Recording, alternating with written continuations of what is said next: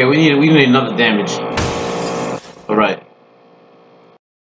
Azealia Banks. Azealia Banks, hater of all haters. She's the queen of the hater starship. Okay. This time she's picking a feud with Nick Cannon. This girl has got to be one of the most insecure black females on the planet. Okay? Put aside her talent, what she does as an artist. This girl clearly came in the music industry with a lot of psychological issues and a lot of complex. She's definitely not proud of her skin complexion. She always feels like she's being targeted. She uses the excuse of being a woman and a African American female as excuse all the time, and racism as excuse all the time. Alright? She uses that agenda as a scapegoat all the time for her mediocre, um, nonsense that she's been carrying on with. I'm gonna point out to you why this girl is one of the most insecure chicks in the music industry, if not the most insecure. Set aside her talent, not talent-wise now. She can spit. It's a different kind of music. She does house music. But for some reason, I don't know how she'll sound if she did regular hip-hop music. Because I don't know why she looks like she has a thing where she wants to be accepted so much by the hip-hop crowd. So if house is your thing, stay in that lane. Keep doing the interviews with people that interviews house music, electronic dance music, musicians. Stay in that lane. It's a lot of money in that lane. Mostly the EDM music, electronic dance music lane. But it all falls underneath the same category of dance music. But for some reason, she wants to be accepted by the hip hop audience. Okay. Now this is a girl that's been hated on. She's hated on Iggy Azalea. I think Iggy Azalea is a sexy ass white female. My opinion, personally. A lot of other dudes out there think the same way. She hated on T.I. and Tiny relationship. Mostly, I think it's because she got this thing where she probably wants to court T.I. She probably got a thing. She probably been had a crush with T.I. and can't stand that a sister like Tiny that's of the same complexion like herself gets the chance of being with T.I. So that's a lot of hatred right there. She had issues with Cardi B, which is obvious issues. Okay, insecurity issues. Because Cardi B happened to be light skinned. She claims that Cardi B is only where she's at because she's a mixed chick. Okay. It is the irony in her saying that Cardi B is where she's at because she's a mixed chick without realizing her attitude. Her attitude is the opposite of Cardi B's attitude. Everyone really, just like Cardi B, Sister Hennessy stated that Cardi is where she's at because she's a likable person. Everyone likes her, which is true, including myself. Alright? We liked Cardi B before we even liked her music. We just liked her as a person that she is. The humility, the kind, caring kind of person she is. You know what I mean? That's beautiful. Beauty is not just on the exterior, but it's the interior. It's on the inside of the person. And Cardi B displays that all the time. Her humbleness, you know what I mean? Makes her the most beautiful. She could do it. She could be on social media anytime, time of day or night, without makeup on. People still want to hear what she got to say. People still love her and send her kind hearts and a lot of emojis displaying their affection for Cardi B. Unlike this troll right here, Azealia Banks, she's not a likable person. She was invited to an event with Russell Crowe, and primarily a lot more Caucasian celebrities, and RZA invited her. He didn't have to do that. She didn't appreciate that. She wasn't appreciative of the fact that he risked. She's not even known like that, but the fact that he would bring her around his surroundings and his reach, his connections.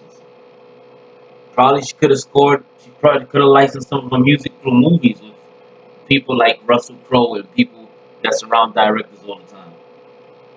She didn't see the bigger picture. She acted like the ratchet hood rat that she is. claimed Russell Crowe spat on her. I really wasn't in approval of that. I've never condoned a man beating up a woman or especially spitting on a woman or anything like that. And she claimed Russell Crowe spat on her. But judging from the way Azealia Banks is, the kind of person she is, I feel like it was well fucking deserved at this point. Well merited that he did what he did, if he did that to him. I don't think it had nothing to do with race. If it had anything to do with race, you wouldn't have RZA there in the first place.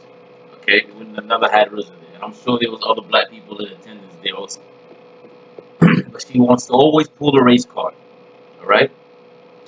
She's a weak, fragile, complex kind of individual.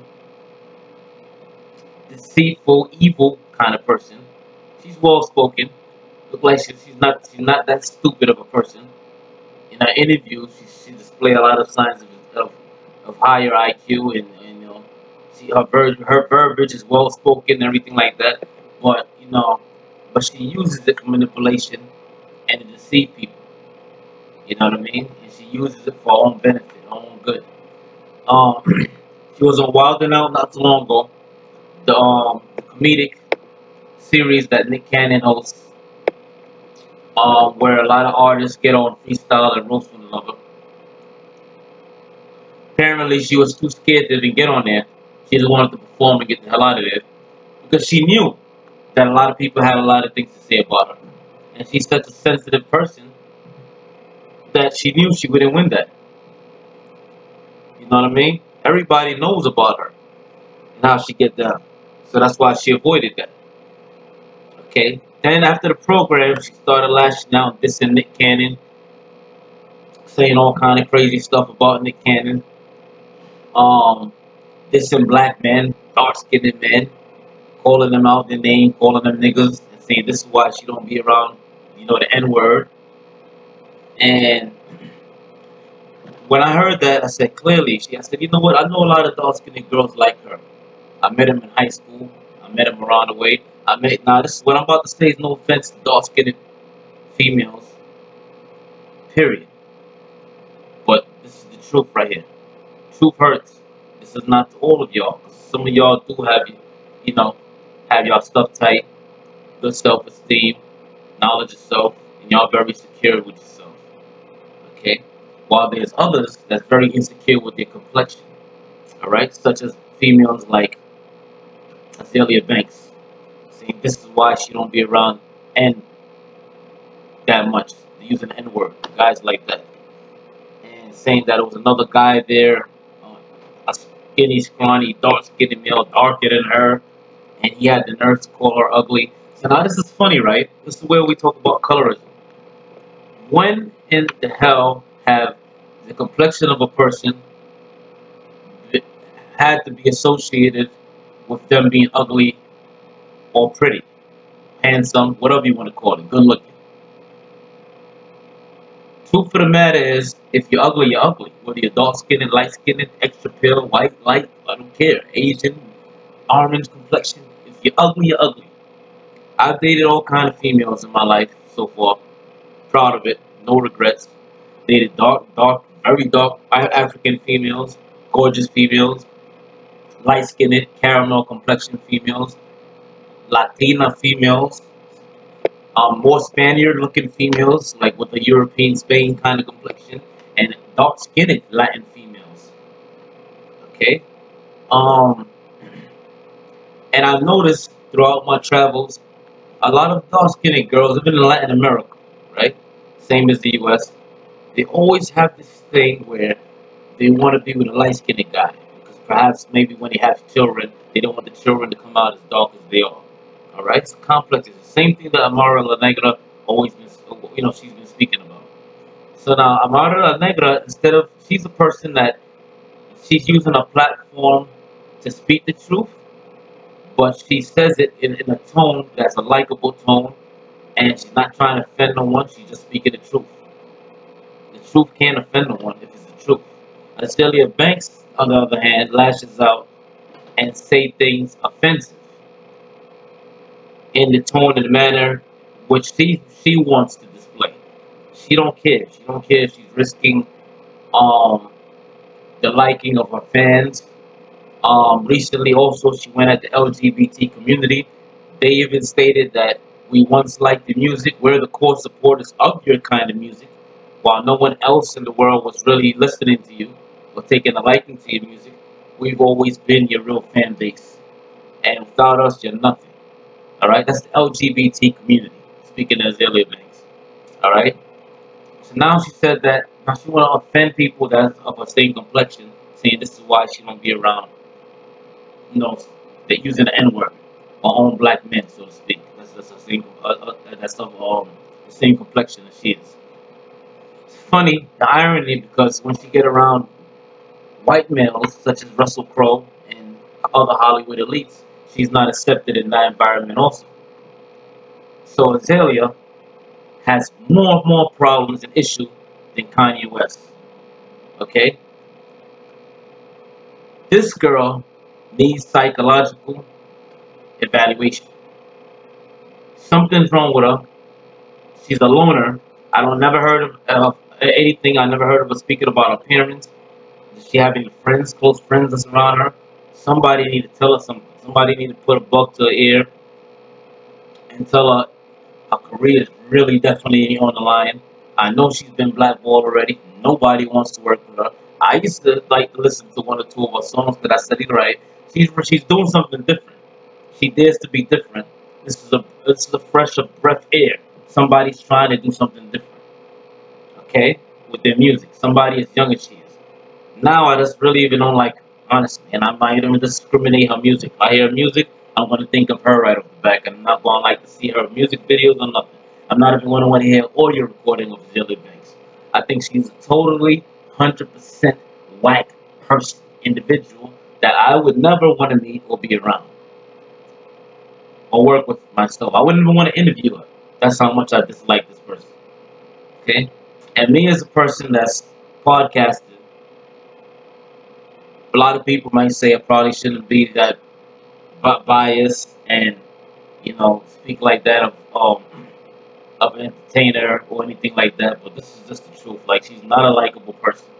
She can't win with anyone. With anyone. Anywhere she goes there's drama and it's personal drama. It's not just drama with people's music. A drama with people, the way people look. Everyone that she's attacked is better looking than her, whether man or woman. She got a thing. She hate light-skinned people. She hate on light-skinned people. Like she wish she was light-skinned. She wish she was probably Caucasian. This girl have high complex issues. Not too long ago, I got a cousin of mine, a person know who they are, stated that his own daughter is dark-skinned. That conversation came up when you were speaking about the different, how beautiful it is to have diversity within the family. Right? Everyone looks different, but it's a beautiful thing. And then he said in the same tone. Now, mind you, he's not dark skinned. Okay? More like a caramel complexion person. His daughter's dark skinned.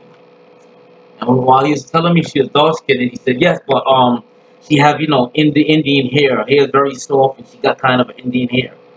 So I'm like, not only thinking about how is that possible, being that I know how her mother looks. But I'm like, why did he find the need to tell me that? Like, does that make her more desirable, more pretty because she have Indian hair? If she had an afro, right? Just like them sisters back in the Black Panthers days in Oakland, she would still be beautiful to me, my opinion. Why do us, especially in the black race, no matter where you're from the Caribbean, Latin America, wherever, South America, United States, why this colorism thing is so, why are we so um, enslaved mentally to this day? Why does it matter how dark you are, how light I am? Why? I mean, why? We're the only race of people that ever speak about the tone of our complexion. Never hear Caucasian people saying, I'm too white. Oh, you're not white enough. I just never hear them saying something like that. Italians or Irish or Polish people, I never hear it. It's only in the black race that have a problem with how they look. Willie Lynch syndrome. Look it up. We've been affected. This is so sad. A lot of people in Latin America and certain places complex issue also, just like Azealia Banks. Worry about how dark the kid's gonna come out looking. It's just so sad. But you know, if you think about it though, that happens because where you're living at, the majority of people might look a certain way.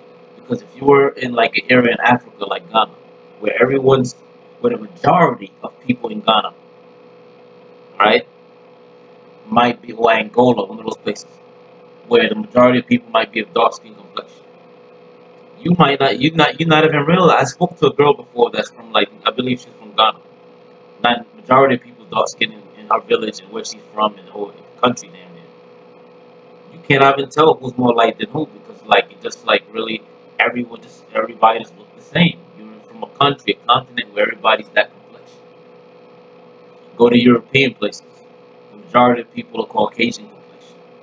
Of course, if you're like darker, you're gonna stand out. It's common sense. Don't make you lesser than the person who's gonna stand up. You got white Africans. I met many people that's from Africa, proud to be Africans, and they're Caucasian. Very, very light complexion. Of course, they stand out if they're not in South Africa, because South Africa got a mixture of different complexions. If a white South African go to Ghana, it's gonna stand out, of course. Do they care? No, they over there doing peace corps, um, charity events and movements, and helping sick people get better without worrying about if they're standing out from the people that's more darker complexion than they are. But we're the only ones that's troubled by this. We make it an issue. Documentaries have been made by gentlemen such as Henry Louis Gates from Harvard University. I got a story about that situation right there. But you know, documentaries have been made talking about this kind of subject right here. This kind of stuff. It's been going on for years and years since slavery days. You know, the darker slave is working out on the field while the lighter complexion slave gets to stay in the house. Okay? More closer to the master. This is so sad and this is still going on. We're not enslaved physically, but mentally we're still enslaved. Many people in their family, from the time that they're kids, if you're a dark-skinned person within your family, and the more mulatto or the mix or the light-skinned complexion people in your family, you see them get treated better than you will get treated. Okay, a lot of people's heads get touched all the time. Oh, your hair's coarse. I need to put perm or relax in your hair. It's too nappy. The mixed person's hair is like, how often do you cut it? It's so long, it's so gorgeous, it's so pretty. Kids hear this. People like Azealia Banks probably heard this time and time and time and time again, even in the music industry.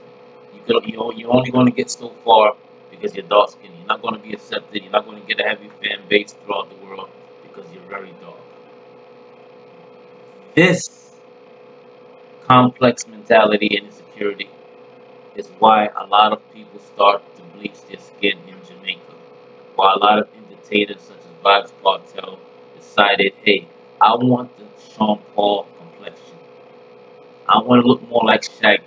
I want to sell records like them dudes.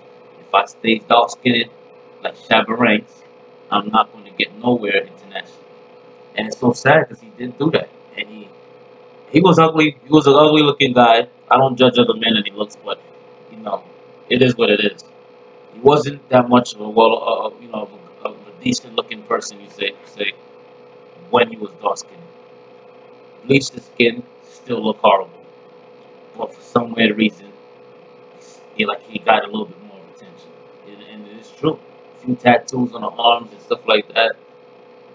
Give him the Allen Iverson look. You know what I mean? Braid up his hair. Look like a light skinned Jamaican. Sell a few more records, get some more attention. Yes, racism don't only come from the people that we've been saying is racist for years. Because mind you, not all Caucasian people, white people are racist. Black people are racist also. Got Asian people that's racist.